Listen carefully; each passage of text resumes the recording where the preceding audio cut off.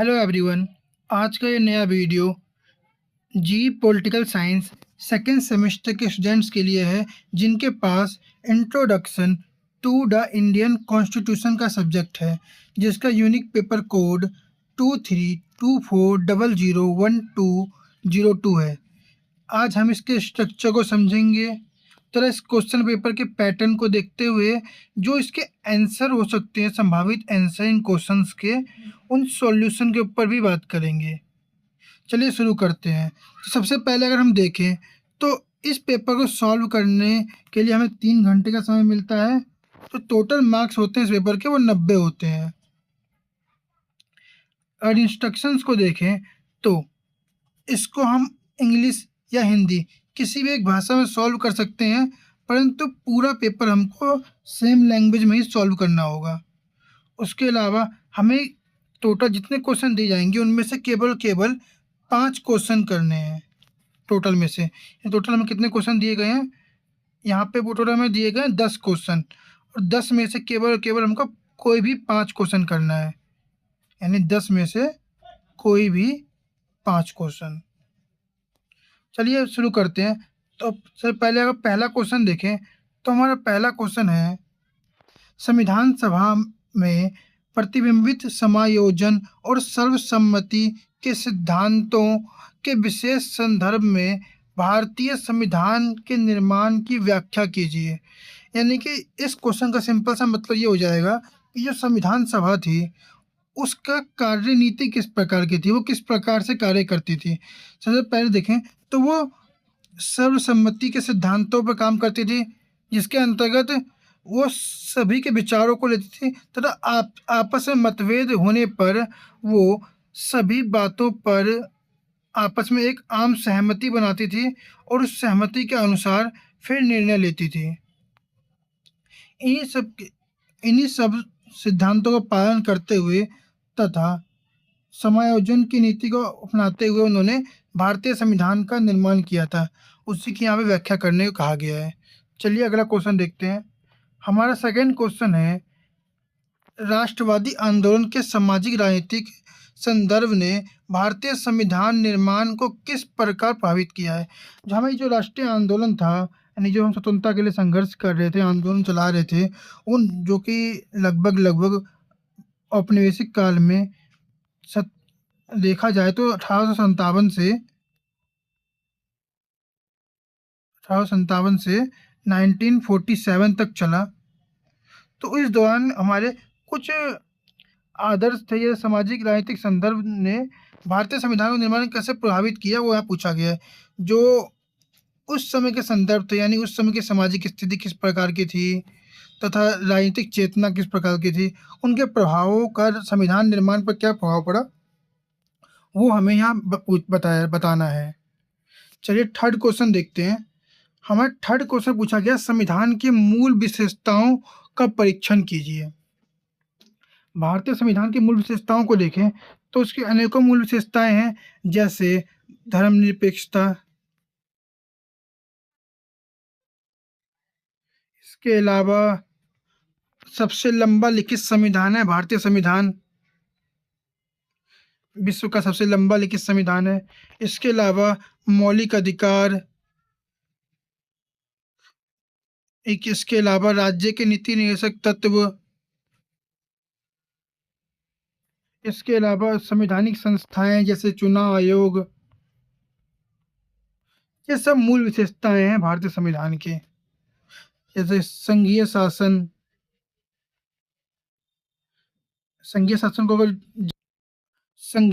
को अगर ज़्यादा डिटेल में कहें तो इसका अर्थ हो जाएगा मजबूत केंद्र वाला शासन। ये इत्यादि मूल विशेषता हैं, उनके बारे में बताना है। अगर फोर्थ क्वेश्चन को देखें तो हमारा फोर्थ क्वेश्चन है, संविधान के भाग 3 में दिए गए मौलिक अधिकारों का आलोचनात्मक जांच कीजिए। यानी संविधान का जो भाग 3 है वो मौलिक अधिकारों से संबंधित है। अब इन मौलिक अधिकारों का आलोचनात्मक जांच करना है। क्या ये अधिकार निरपेक्ष है? अगर कहा जाए तो ये अधिकार निरपेक्ष नहीं है, इन पर युक्तियुक्त यानी कि जो उचित प्रतिबंध होता है वो भी लगाया गया है। जैसे कि हमें वाक एवं अभिव्यक्ति की स्वतंत्रता है, परंतु ये स्वतंत्रता इस हद तक नहीं है कि हम दूसरे के अधिकारों का भी हनन कर दे बैठे हैं, यानी इन पर एक उचित प्रतिबंध भी लगाया गया है मौलिक अधिकारों पर, यानी ये अधिकार निरपेक्ष नहीं है, उन्हें की व्याख्या करनी है। पांचवा क्वेश्चन देखें, स्वतंत्रता के बाद से भारत में केंद्र राज्य संबंधों के विकास का आलोचनात्मक विश्लेषण कीजिए। यानी स्वतंत्रता के बाद जब भारत में शुरुआत में कुछ दशकों लगभग 1950 से 1967 तक लगभग केंद्र और राज्य दोनों में ही कांग्रेस की शासन था, जिस कारण से केंद्र राज्य संबंधों में कोई उलझन देखने को नहीं मिली। परंतु जो 1967 के चौथे आम चुनाव के बाद राज्यों में गैर कांग्रेस सरकार आई, तो इससे केंद्र राज्य संबंधों के जो पैमाने थे वो बदलने लगे और धीरे धीरे क्षेत्रीय ताकतें प्रभावी होने लगी। उसी बातों को यहाँ पे आलोचनात्मक ढंग से लिखना है। छठा क्वेश्चन देखें तो नागरिकों के मौलिक कर्तव्यों के महत्व का विश्लेषण करना है। इसमें मौलिक कर्तव्य का बताया गया जो कि संविधान के भाग 4 में है। भाग 4A में मौलिक कर्तव्यों की बात की गई है, उसके महत्व का बारे में पूछा गया है। चलिए 7वां क्वेश्चन देखें तो 7वें क्वेश्चन में संसदीय समितियों के विशेष संदर्भ में भारत में विधायिका के कार्यप्रणाली की व्याख्या कीजिए। संसदीय समिति वो समितियां होती हैं जो कि संसद को उसके काम करने में सहायता प्रदान करती है। तो इन संसदीयों की भारतीय विधायिका और कार्यप्रणाली में क्या भूमिका होती है, उसके बारे में इस क्वेश्चन में पूछा गया है। संसदीय समिति अलग अलग प्रकार की होती है, जैसे कि विभागीय स्थायी समिति, वित्त समिति, सेवा समिति इत्यादि। 8वां क्वेश्चन देखें तो 8वें क्वेश्चन में कहा गया भारत में न्यायिक समीक्षा और न्यायिक सक्रियता के महत्व का विश्लेषण कीजिए। न्यायिक समीक्षा का उल्लेख अनुच्छेद 13 में मिलता है, जिसके अंतर्गत कहा गया है कि जो न्यायपालिका है वो किसी भी कानून को इस आधार पर देख सकती है कि वह नियमों या संविधान के अनुसार उचित है या नहीं, उसके आधार पर समीक्षा कर सकती है। जबकि न्यायिक सक्रियता का अभिप्राय होता है न्यायपालिका का अपने क्षेत्र अधिकार से बाहर जाकर विधायिका या कार्यपालिका के कार्य क्षेत्र में हस्तक्षेप करना न्याय देने के लिए या फिर किसी भी कारण से। इसके महत्व का मैं विश्लेषण करने को कहा गया है। हम 9th क्वेश्चन देखें तो 9th क्वेश्चन है भारत में राष्ट्रपति प्रधानमंत्री के संबंधों में चर्चा कीजिए। यानी कि जो राष्ट्रपति और प्रधानमंत्री का संबंध होता है उसके बारे में चर्चा करने की कहा गई है। जैसा कि प्रधानमंत्री की नियुक्ति जो होती है वो राष्ट्रपति के द्वारा की जाती है। इसके अलावा आर्टिकल 78 कहता है कि जो भी सरकार द्वारा निर्णय लिया जाएगा उन सभी निर्णयों को प्रधानमंत्री राष्ट्रपति को सूचित करेगा। इन्हीं सब संबंधों के बारे में बताना है। अब 10वां क्वेश्चन देखें तो 10वां क्वेश्चन में हमें शॉर्ट नोट्स लिखने हैं। इसमें टोटल हमें 4 टॉपिक दिए जाएंगे, जिनमें से कोई भी 2 टॉपिक पर हमको शॉर्ट नोट्स लिखना है। तो अगर हम इसको देखें, जैसे पहला टॉपिक है हमारा समता का अधिकार।